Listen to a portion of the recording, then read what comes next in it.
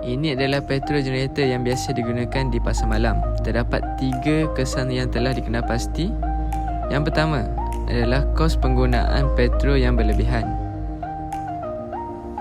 Yang kedua, pencemaran udara dan bau, asap yang telah dilepaskan oleh generator. Dan masalah yang ketiga yang telah dikenal pasti adalah pencemaran bunyi.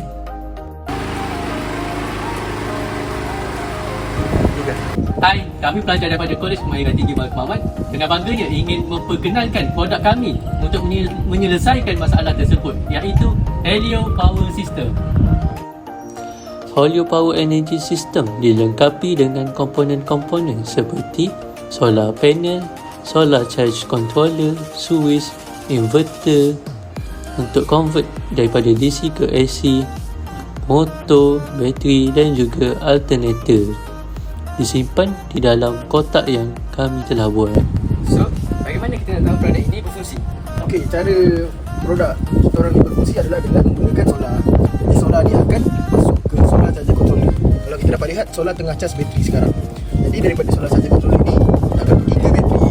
Bateri ni tujuannya adalah untuk menyimpan tenaga DC yang dapat daripada solar tadi.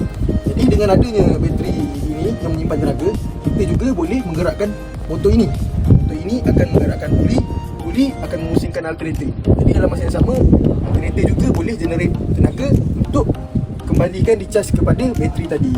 Jadi tenaga yang kita gunakan hari ini adalah tenaga DC lah. Alternator pun generate DC dan juga solar pun generate DC. Okey, sekarang saya akan tunjukkan cara demonstrasi cara produk ini berfungsi. Yang pertama, kita cocok positif pada bateri dan juga negatif pada bateri. Jadi sekarang bateri sedang dicas oleh solar. Jadi untuk kita gunakan alternator, kita perlulah on motor terlebih dahulu.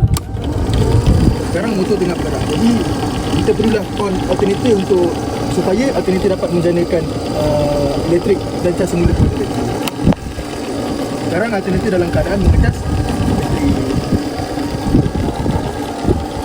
Okey. Jadi kita akan tunjukkan cara produk ini untuk kita gunakan load. Jadi kita pertama sekali kita onkan inverter. Lihat supply 12 volt masuk dan juga 220 keluar. Jadi kita akan cuba cocok pada kipas, lihat sama ada berfungsi atau tidak. Kipas dalam keadaan baik, berfungsi.